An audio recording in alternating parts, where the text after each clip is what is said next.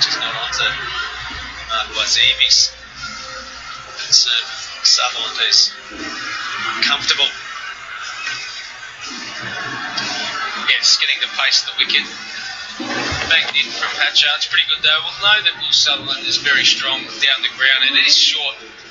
This is where your cricket smarts need to be just in play, thinking, well, I've been watching the game. We know that they're going to bang the ball in to get me to hit the square of the wicket. The fielders are out deep. It's a long hit. Just camp back in your crease. Don't press forward too hard.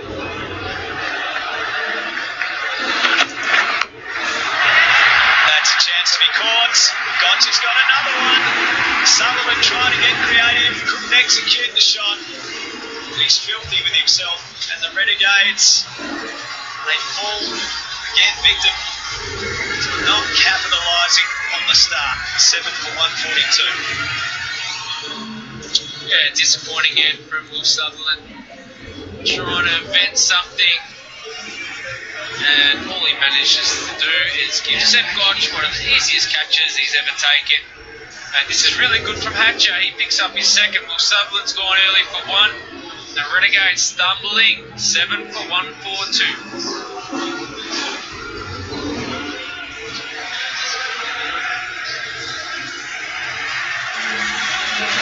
So Sutherland on his way.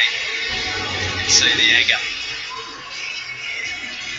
Just doesn't feel like the Renegades have done enough with what they had to play with. As Ryan mentioned, 2 for 79 after 10 overs, but had only just lost that second wicket at that stage of the game.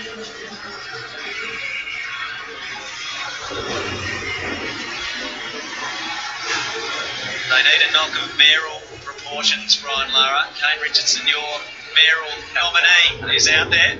I think he's going to be required to do more with the ball and with the bat. They just struggle to get that on ball. I'm just a little bit surprised. There's nothing now in the wicket. It's an old ball, and I've just seen a number of dot balls. I just think it's confidence. You know, when you find yourself losing a lot of matches and the confidence is low, and even though you got a good start, sometimes you just find a way to, muck up that stat, and that's what they did. I think in the last 9 or so overs, they've been very unprofessional about their approach now. Harper and Harvey had a little bit of a partnership, but that was it. It's been good bowling, good disciplined bowling, but I think you're playing against a team that's full of confidence as well, Melbourne Stars. It's going to help a little. It does beg a belief why that power surge wasn't taken when Mackenzie Harvey and Sam Harper were out there. I do wonder whether some teams feel that it can potentially bring about a wicket because batsmen tend to try and force the issue a little bit with the field coming in. Is there a reticence to take it because you can lose wickets as much as you can score quickly? Maybe they might be thinking, well, we're going okay at the moment. Why do we want to stumble what's going well? But the game's too short. I think so. I think not a lot of thought is being put into the use of the power surge. The reason being that it's 12 balls that you had previously before the rule came out.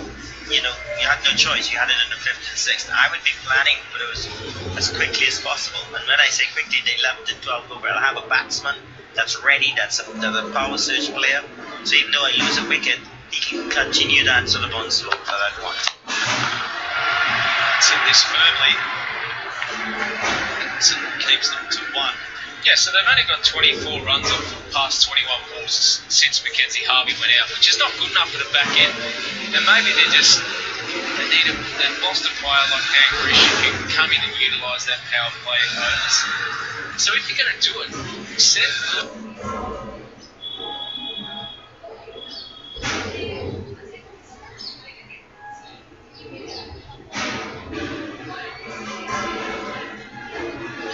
Sutherland in as a chance to nothing in that power surge and go, mate, just swing as hard as you can.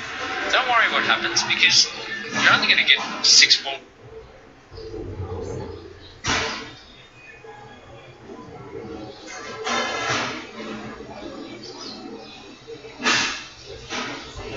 Just about anyway. even Kane Richardson, have someone pad it up. You can go in there, and if you're not willing to lose the high order player, swing your life away. And train for it, more importantly. Richardson's having a swing. The Spice Man's having a look. And the Spice Man might be having a little dance in a moment. Not tonight, he says. That's just regulation stuff for me. A smile will do. The Stars have got every reason to smile with this fight back. 8 for 140.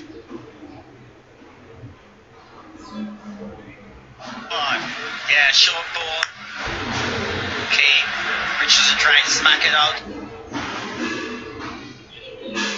The Blanchard side of the crowd. Spice Man's underneath, and another wicket's gone. The Melbourne Renegades slightly imploding when they had a really good start. 8 for 145. Kane Richardson's gone through without scoring. Oh, this is some collapse now for the Renegades. Hatzaglu's making his way out into the middle of the MCG. Bazim is 11. Doesn't want the helmet anymore. That's going to go off the ground. He's going to go lidless and capless. Last over. Love it, Mahendra Singh Dhoni. As we have a look at the leading wicket takers of all time, Kane Richardson, way Adam Zampa.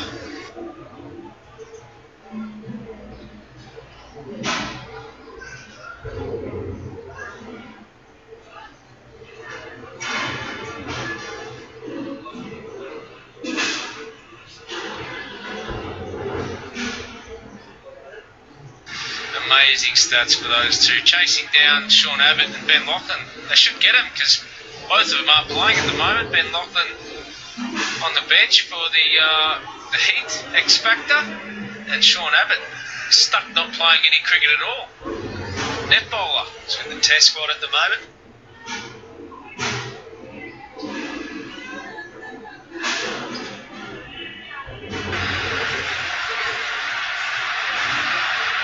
So you just be hoping for a single here, Adam Zampa, to get the right-hander on strike.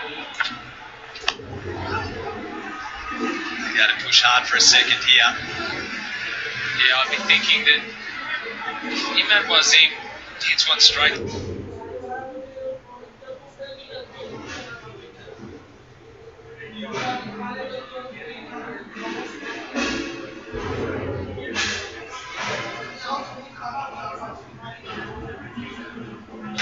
Might not even take a single. Just be thinking I can get one or two over the fence, that's good enough. I'm pretty sure he knows that Hatzaglu's skill against Adam Zampa is not going to be too intense. Could prove me wrong, but I reckon.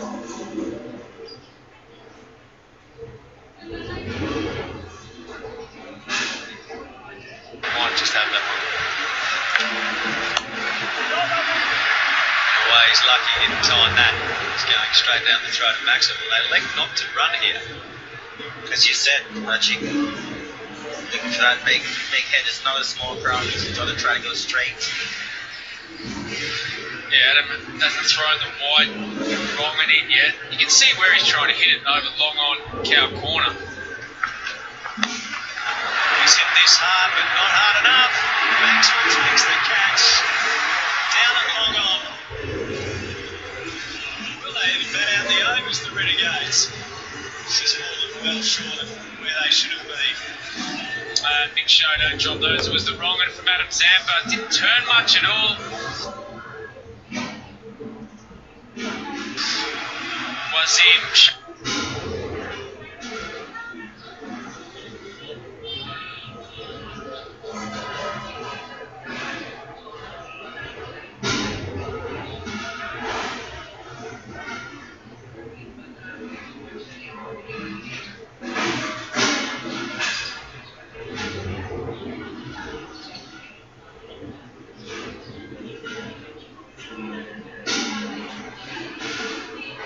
And even the fans sitting on the fence, 10 runs and over with 8 in the shed. That's your expectation. Distinctive shot of Sean Marsh played against Stanley. Large boundaries here at the MCG. So this triggered that start. They did have a partnership after that, but you felt that, you got two guys well set. And we saw that good batting in the previous game at Melbourne Stars when the Iceman and Maxwell put on a partnership. They weren't going very great, but immediately as they took the power play, you see they just went going, and the Spiceman was amazing. So for me, this is pretty poor batting. 70 runs in the last 9.4 overs.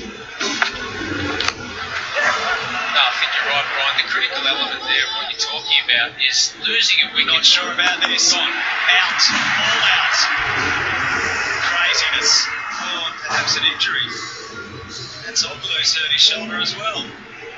He's looking sore. The scoreboard's looking mightily sore. Fear that is going to be the end of the innings. That's Oglu is in some serious discomfort here. Well, they're going to need him to bowl, and bowl very well. We'll see the spinners from the Melbourne Stars do their job. They're going to have a look upstairs. I don't think there's going to be any trouble at all. Yes, they've given up on that one. That's the end of the innings. Just seemed a crazy call for a second. Yep, thank you. I'll load my decision up on the screen. Thank you. We just need that one, didn't they? Out by a country mile. The Renegades, well, they'll be disappointed with that. The Melbourne Stars, they'll go.